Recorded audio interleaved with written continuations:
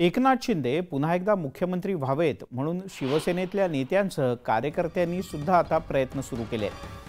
निवडणुकीच्या निकालानंतर वर्षा बंगल्यावर जात लाडक्या बहिणींनी मुख्यमंत्री एकनाथ शिंदे यांची भेट घेतली, त्यांना ओवाळलं। यावेळी लाडक्या बहिणींनी मुख्यमंत्री एकनाथ शिंदे यांचं औक्षण केलं। विशेष म्हणजे शिवसेनेच्या महिला नेत्यांनी लाडक्या बहिणींसह फुगडी खेळत विजयाचा जल्लोषही केला। आजही अनेक रुग्णांनी सिद्धिविनायक मंदिरात जात एकनाथ शिंदे हे पुन्हा मुख्यमंत्री व्हावेत असं साकडं घातलंय।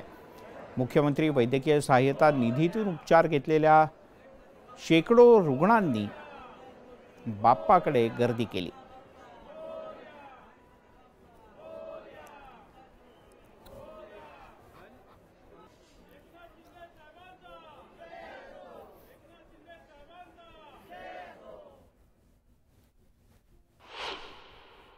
आज आपण बघत असाल जवळपास 101 रुग्ण आणि सगळे त्यांचे नातेवाईक आज श्री सिद्धिविनायकाच्या चरणी साकडं घालण्यासाठी आलेले आहेत की राज्याच्या मुख्यमंत्रीपदी पुन्हा एकदा एकनाथजी शिंदे साहेबच विराजमान व्हावेत।